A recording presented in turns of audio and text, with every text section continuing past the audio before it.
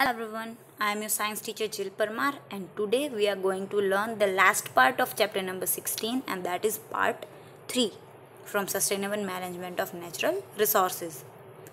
So already in part 1 you learn about 5 R's. In part 2 you learn about wildlife conservation and stakeholders.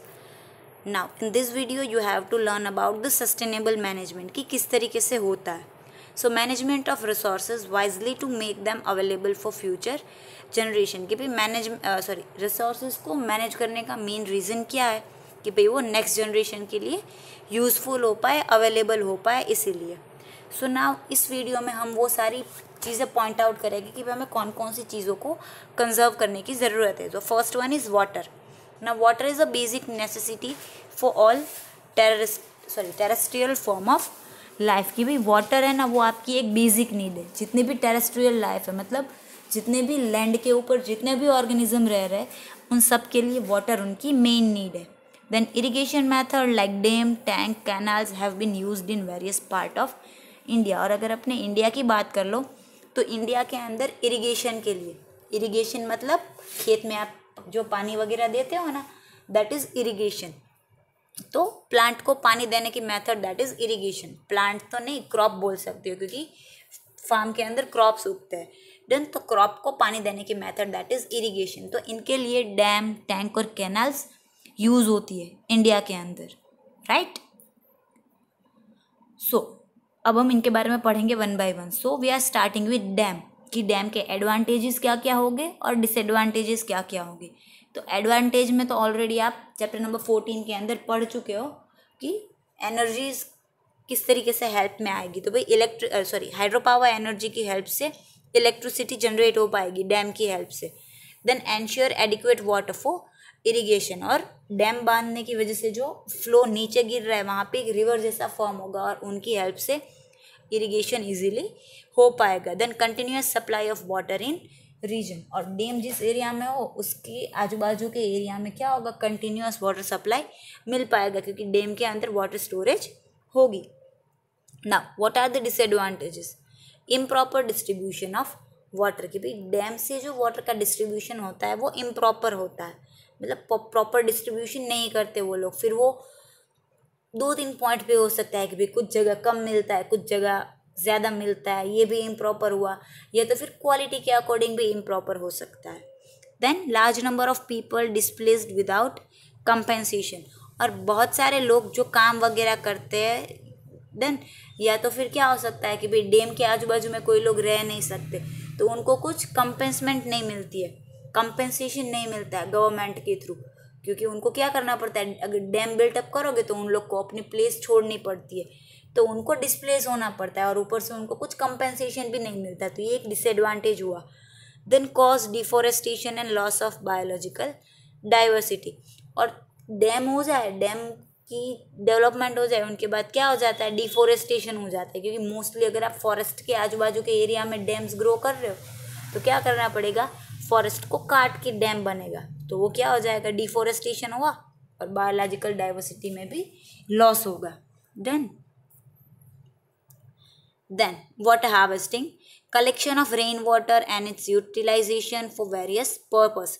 क्योंकि water harvesting का मतलब, harvest मतलब इकट्ठा करना. तो जितना भी रेन वाटर है उन रेन वाटर को इकट्ठा करना, उनको यूटिलाइज करना अपने अलग अलग कामों के लिए, दैट इज वाटर हार्वेस्टिंग. ना what are the advantage of storing water in ground. क्योंकि ग्राउंड के अंदर वाटर को स्टोर करने के एडवांटेज क्या क्या है. So it does not gate evaporated. कि अगर आप उनको ग्राउंड के अंदर अंडरग्राउंड स्टोर करके रखोगे तो क्या होगा, वो वाटर इवोपरेट नहीं होता. देन अभी के टाइम पे ऐसे सिस्टम है जो मोस्टली फ्लैट वगैरह अपार्टमेंट वगैरह बनता है ना, तो अपार्टमेंट बनने से पहले क्या करते हैं, वो अपार्टमेंट का जो नीचे वाला एरिया होता है ना, उसके नीचे पूरी एक टैंक बनाते हैं रेन वाटर हार्वेस्टिंग के लिए. कि भाई टेरेस के ऊपर जितना भी पानी पड़ेगा वो सीधा अंडरग्राउंड क्या हो जाएगा, स्टोर हो जाएगा. तो अभी ये सारी टेक्निक्स ट्रेंड में है पानी को बचाने के लिए. तो क्या हो जाएगा कि ये वाटर इवोपरेट होने के चांसेस नहीं होंगे. It spread out to recharge wells. कि अब क्या होगा, आपने ग्राउंड के अंदर पानी को स्टोर करके रखा है तो सॉइल के थ्रू क्या होता रहेगा, ये पानी स्प्रेड होते रहेगा. तो अंडरग्राउंड वाटर का लेवल भी बढ़ जाएगा. तो वेल्स वगैरह के अंदर भी पानी रिचार्ज होता रहेगा. Then it provides moisture for vegetation over an wild area. और पानी स्प्रेड एन अप होने की वजह से क्या होगा कि वो ज़मीन आसपास की मॉइस्चर वाली रहेगी, तो इजीली वेजिटेशन भी हो पाएगा। Then it does not provide breeding grounds for mosquitoes.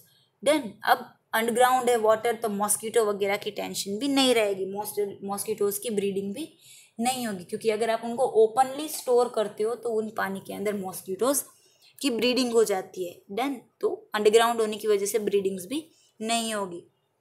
Then it is protected from contamination by human and animal waste, कि भाई अंडरग्राउंड रहेगा तो इसको कंटेमिनेट होने का तो सवाल ही नहीं आता। Then ancient method of watershed management system, की अभी के टाइम पे ये सिस्टम है, बट पहले किस तरीके से लोग इनको स्टोर करते थे।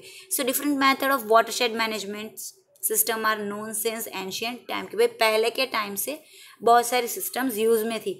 One of the method known as khadins in Rajasthan which consist of a long earthen embankment built across the lower hill slope, कि भाई बहुत सारी टेक्निक्स थी, बट एक जो सबसे अच्छी टेक्निक थी दैट इज़ ऑफ खादिन्स की। वो लोग क्या कर लेते, खादिन बना लेते थे। ये मोस्टली राजस्थान साइड की टेक्निक है कि वहाँ पे लोग वाटर को ऐसे स्टोर करते थे, क्योंकि राजस्थान में मोस्टली डेजर्ट एरिया है, एक तो पानी कम मिलता है, तो वो लोग क्या करते थे, इस तरीके से पानी को स्टोर करते थे।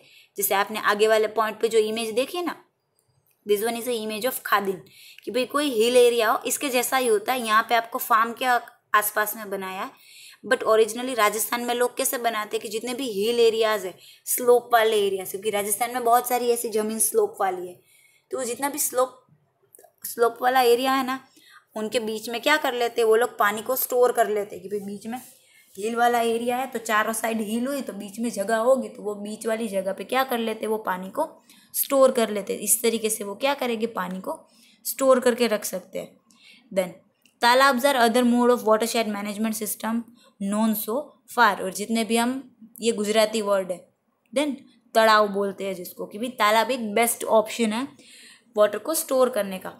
It stores water for drinking and household consumption purpose, और इसकी हेल्प से क्या हो सकता है, वाटर इजीली स्टोर हो सकता है ड्रिंकिंग पर्पज़ के लिए और हाउस होल्ड यूज़ के लिए। Then other includes kuls in Himachal Pradesh, ahara and pynes in Bihar, eris in Tamil Nadu, bundhis in Madhya Pradesh and surangams in Kerala. Now it depends, हर एक लोगों की अपनी अपनी रीत होती है वाटर को प्रिजर्व करने की, तो आपको अलग अलग स्टेट के अकॉर्डिंग अलग अलग टेक्निक्स दी गई है कि इस तरीके से वो लोग वाटर को कंजर्व करते हैं। Getting my point?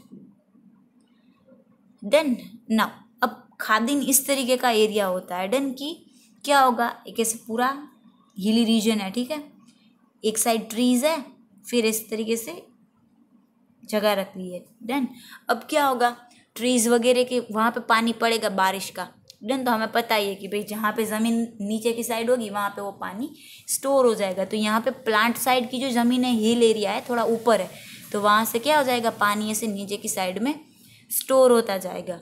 अब वो लोग वहाँ पे क्या करेंगे, एक खादिन बंड बना देंगे, एक ऐसे रेजिस्टेंस जैसा बना देंगे बीच में, तो वहाँ पे क्या होता जाएगा। बाकी तो ऐसे अगर ये रेजिस्टेंस नहीं बनाते, जहाँ पे खादिन बंड करके मैंने एरो दिया हुआ है, ये नहीं बनता, तो क्या होता, पानी ऐसे ही पूरा डगवेल के अंदर चला जाता।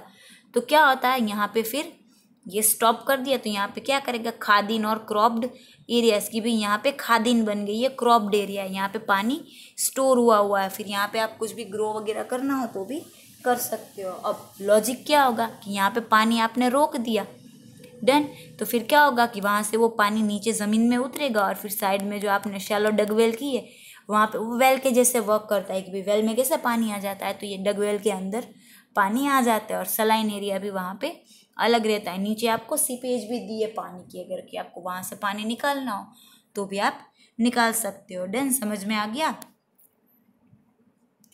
Now the next one is coal and petroleum, कि भाई वाटर तो समझ लिया, अब हमें कोल और पेट्रोलियम को भी मैनेज करने की, उनको भी कंजर्व करने की ज़रूरत है। So coal and petroleum are non renewable natural resource, क्योंकि ये आपको पता ही है, एनर्जी वाले चैप्टर में पढ़ ही लिया है कि कोल और पेट्रोलियम नॉन रिन्यूएबल प्रोडक्ट्स है, क्योंकि ये फिर रिन्यू नहीं हो पाएगी, एक बार ख़त्म हो गई तो फिर ख़त्म। Now coal was formed from the remains of trees buried buried deep inside the earth some 15,000 million years ago।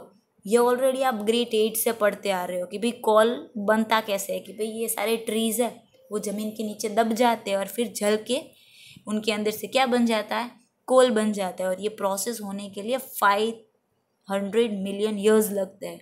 Done. तो अभी सोच लो, अभी आप बहुत ही हार्शली यूज़ करोगे, रेंडमली यूज़ करोगे, तो अब वो बनने के लिए कितना टाइम लगेगा, 500 मिलियन ईयर्स लग जाएंगे वापस कॉल को बनने के लिए। Now petroleum is formed by the bacterial decomposition of dead marine plant and animal at the bottom of the sea. Then की ज़मीन में से जो चीज़ें डिकम्पोज होती है उनमें से बनता है कॉल। और जो मराइन एरिया है, पानी का एरिया, एक्वेटिक एरिया के नीचे जितने भी प्लांट्स और एनिमल है उनका जो डिकम्पोजिशन होता है उनमें से जो चीज़ बनती है दैट इज़ अ पेट्रोलियम। कि भाई पानी के नीचे वाली सरफेस के एनिमल्स और प्लांट डेड हो जाएंगे तो उनमें से पेट्रोलियम बन जाएगा। Now coal and petroleums are called as fossil fuels. ये हमें पता है कि भाई कोल और पेट्रोलियम को फॉसिल फ्यूल्स बोला जाता है और ये नॉन रिन्यूएबल है और उनका मार्जिन भी बहुत कम है, उनका स्टॉक बहुत कम है एनवायरमेंट के अंदर।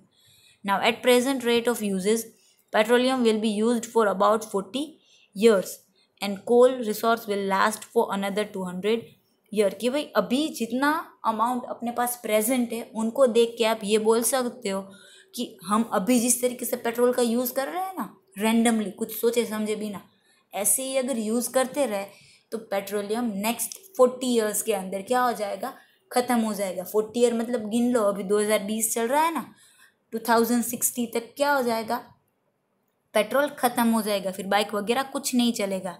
देन एंड कोल की बात कर लो तो अभी भी 200 years तक चले उतना कोल स्टॉक के अंदर है, बट 200 साल के बाद वो भी क्या हो जाएगा, ख़त्म हो जाएगा। दैट्स वाई ये सारी चीज़ें हमें थोड़ा सोच समझ के यूज़ करनी चाहिए।